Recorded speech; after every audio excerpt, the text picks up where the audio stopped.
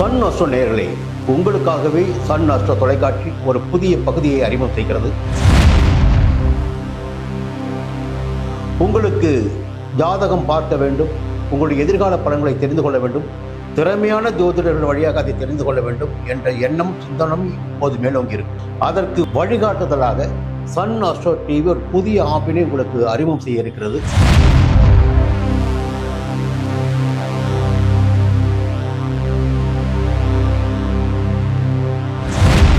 நேரடியாக நீங்கள் தொடர்பு கொண்டு உங்களுடைய சந்தேகங்களை கேட்கலாம், ஜாதக பலன்களை அறியலாம், எதிர்காலத்தை துல்லியமாக தெரிந்து கொள்ளலாம். அந்த அளவிற்கு ஒரு புதிய ஆப்பினை பிரபலமான ஜோதிடர்களை வைத்து சன் அஸ்ட்ரோ தொலைக்காட்சி விரைவில் தொடங்கிட இருக்கிறது. அதற்கு உங்களுடைய ஒத்துழைப்பினை வழக்கம் போல் எதிர்பார்க்கிறேன். மீண்டும் அது பற்றிய விரிவான தகவலை உங்களுடன் பகிர்ந்து கொள்வேன். அதுவரை உங்களிடம் விடைபெறுகிறேன். நன்றி, வணக்கம்.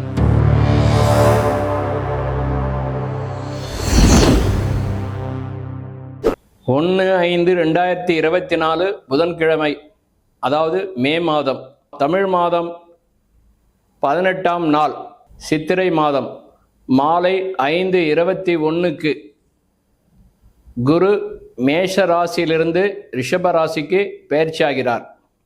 அந்த ரிஷப ராசிக்கு பெயர்ச்சியாகி இந்த குரு யோகத்தை தர இருக்கிறார். யாருக்கு? கடகராசிக்கு.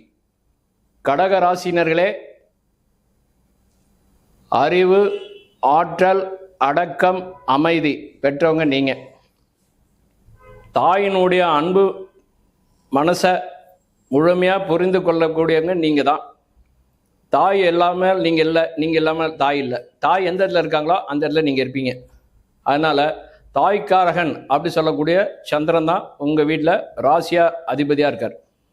மனோகாரகன், அறிவுக்காரகன், நிறையா சொல்லலாம் சந்திரனை பற்றி. தற்போது உங்கள் ராசிக்கு குரு லாபஸ்தானத்தில் அமர்ந்துள்ளார். அதாவது காலபுருஷனுக்கு 2வது இடம். சரராசி என்றால் இவர் சிரராசியில் அமர்ந்திருக்கிறார். குரு 10ல் இருந்து உங்களுக்கு படாத தொல்லைகளை கொடுத்துட்டார். அதாவது 10ல் ஒரு பாவின்னுவாங்க, ஆனால் குரு பாவியில் யோகர். உங்களுக்கு 9 கூடிய பாக்கியாதிபதி அவர் தான். அவர் 10ஆம் இடத்துல இருந்து பாவத்தன்மை அதிகமாக கொடுத்துட்டார். அதாவது யோகத்தை கொடுக்க முடியல. அப்போ பாவி தான் சொல்கிறான். அப்போ குரு உங்களுக்கு யோகமாக இருக்கணும், ஆனால் அவரே தன்னுடைய பலத்தை அங்கே செய்ய முடியாத ஒரு நிலை ஆக்குறார். அவர் ஸ்தான பலம் அந்த இடத்துல இல்லை 10ல். அதனால் இப்போ லாபஸ்தானத்துக்கு வந்துட்ட பிறகு, ஏன்னா 9 கூடிய அதே பலத்தை இதில் கொண்டு வந்துடுறார். அதனால் யோகங்களை இங்கே ஸ்தான பலம் பொருந்தி போகுது சிரராசியில். அப்போ இந்த சிரராசின் வழியாக உங்களுக்கு யோகத்தன்மையை கொடுக்குறார். 11ஆம் வீட்டினுடைய வழியாக உங்களுக்கு 11ஆம் வீட்டிலேருந்து அவர் தன்னுடைய 5வது பார்வையாக உங்கள் முயற்சி சனம் சொல்லக்கூடிய 5வது இடத்த உங்கள் ராசிக்கு 3வது வீடை பார்க்குறார். அங்கே பாம்புன்னு சொல்லக்கூடிய கேது இருக்கிறார். 7வது பார்வையாக உங்கள் ராசிக்கு உத்தரசானத்தை பார்க்குறார். பூர்வீகம், புண்ணியம், கௌரவம், சந்தோஷம், தாயினுடைய உறவு, நிறைய சொல்லலாம். அப்புறம் தன்னுடைய கலத்திர சாணத்தை 9வது பார்வையாக பார்க்குறார். தன்னுடைய கலத்திர சாணம் அப்படின்பது கடந்த காலத்தில் உங்களுக்கு கலத்திரம் சரியாக அமையல. ஏன்னா சனி கெண்டக சனியாக இருந்து நட்பு, உறவு இதெல்லாம் பகையானது. மனைவியே உங்களுக்கு புரிந்து கொள்ளாத போனது, மனைவியாக இருந்தால் கணவன் புரிந்து கொள்ளாத போனது, இது எல்லாம் அந்த அமைப்பில் தான் வந்திருக்கு. அப்போ கலத்திர சாணம் சனி அங்கே இருந்ததுனால அது உங்களுக்கு சரியாக இல்லை. ஏன்னா அவர் கெண்டக சனியாக இருந்துட்டார். இப்போ சனி உங்களுக்கு அஷ்டம ஸ்தானத்தில் வந்திருக்கார். அஷ்டம ஸ்தானத்தில் வந்தாலும் அவர் என்ன செய்வாருங்கிறது அதுக்கப்புறம் சொல்கிறேன். இப்போதைக்கு குரு தன்னுடைய 5வது பார்வை உங்கள் முயற்சி, சந்தோஷம், கொண்டாட்டம், பொருளாதாரம் எல்லா அமைப்பையும் அதை பார்க்குறார். அப்போ உங்கள் முயற்சிகள்லாம் வீண் போகாது. இது வரைக்கும் வீணாக போன அந்த அமைப்பு கடந்த காலத்தை விட்டுருங்க. வருத்தங்கள் தான் நிறையா மிஞ்சிச்சு. அதை பற்றி நம்ம பேசுறதுக்கு பாசிட்டிவ் எல்லாம் விடுங்க. எல்லாம் இப்போ அதை இது பண்ணுங்க, தூக்கி கடாசிருங்க. இப்போ எப்படின்னா 3ஆம் இடம் ஜெயசனம். ஜெயம் ஜெயம் ஜெயம், எதுலேயும் வெற்றி வெற்றி. அதனால் ஆற்றல் வெற்றி, அறிவு வெற்றி எல்லாத்துலேயுமே இருக்கும். உங்கள் முயற்சிகள், எண்ணங்கள் பலிதமாகும். நீங்கள் எதை நோக்கி நீங்கள் பயணிக்கிறீங்களோ அதெல்லாம் சரியாக இருக்கும். கடந்த காலத்தில் உங்களுக்கு சகோதர உறவுலாம் உங்களுக்கு செட் ஆகலை.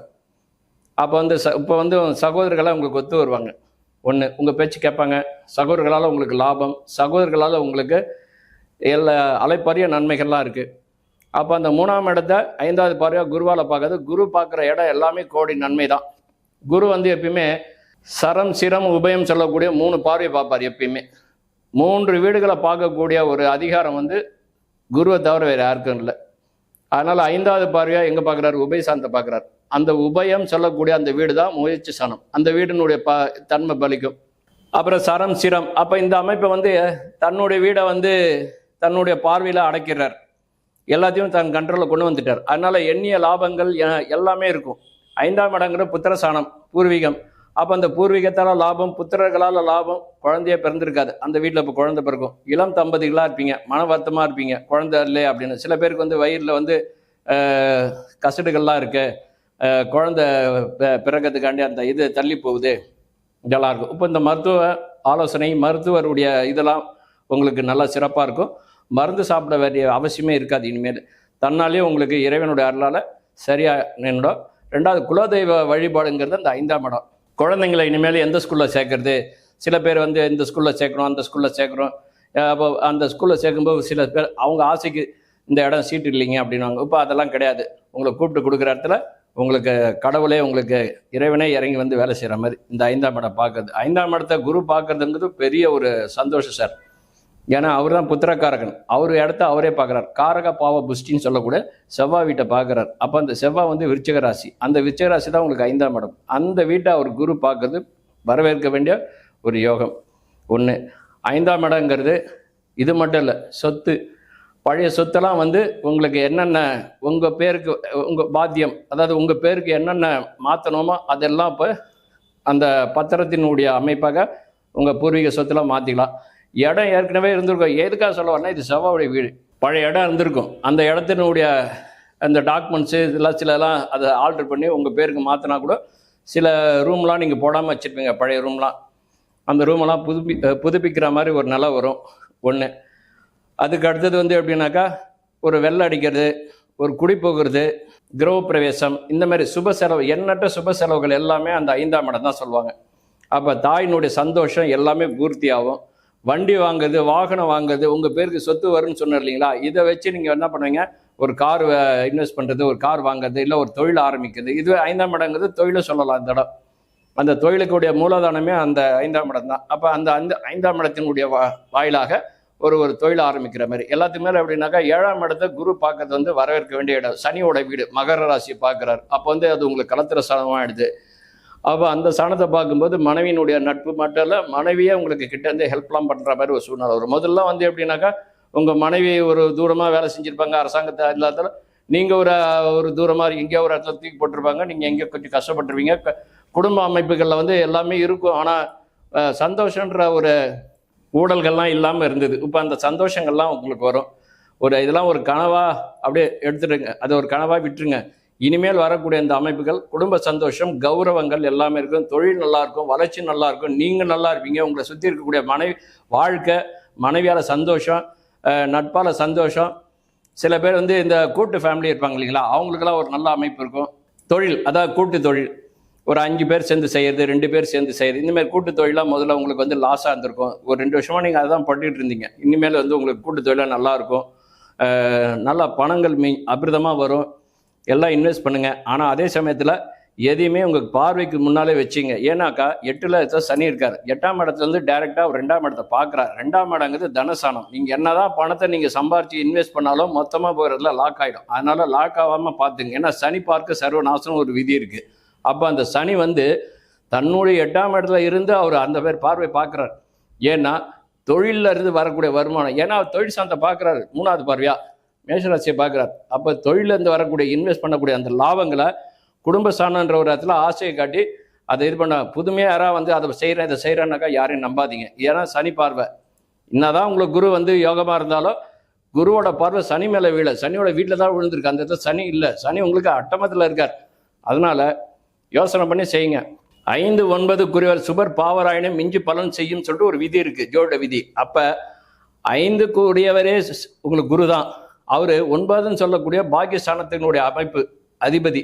அப்போ கடகராசியாக இருந்தாலும் கடக லக்னத்தாக இருந்தாலும் அவர் 9 கூடியவர். அவர் 11ஆம் இடத்துல இருக்கிறது யோகம். ஆனால் தான் 5 9 பாவர் சுபராயினும் மிஞ்சி பலன் செய்யும் அப்படிங்கிற ஒரு இந்த கோட்பாட்டின் வழியாக தான் உங்களுக்கு குரு யோகத்தை கொடுக்குறார். அதனால சனி அடுத்தது எங்க பார்க்குறாரு பாருங்க, புத்திரஸ்தானத்தை பார்க்குறார். அதுல வந்து குருவை பார்க்குறார். இந்த சனி குரு வக்ரமாவார். எப்போ வக்ரமாவார் பாருங்க, உங்களுக்கு புரட்டாசி மாசத்துல வக்ரமாவார். இந்த புரட்டாசி மாசத்துல இந்த ஆண்டு புரட்டாசி மாசத்துல வக்ரம் ஆகும் பொழுது சனி வந்து அந்த உங்களுடைய வீட்டை 5ஆம் இடத்த 10வது பறையா பார்க்கிறார் சனி. அந்த இடம் பார்க்கக்கூடாது, அது ரொம்ப டேஞ்சரஸ். அது குரு வந்து தன்னுடைய நிலையை இழந்துடுறார் வக்ரத்தன்மையில.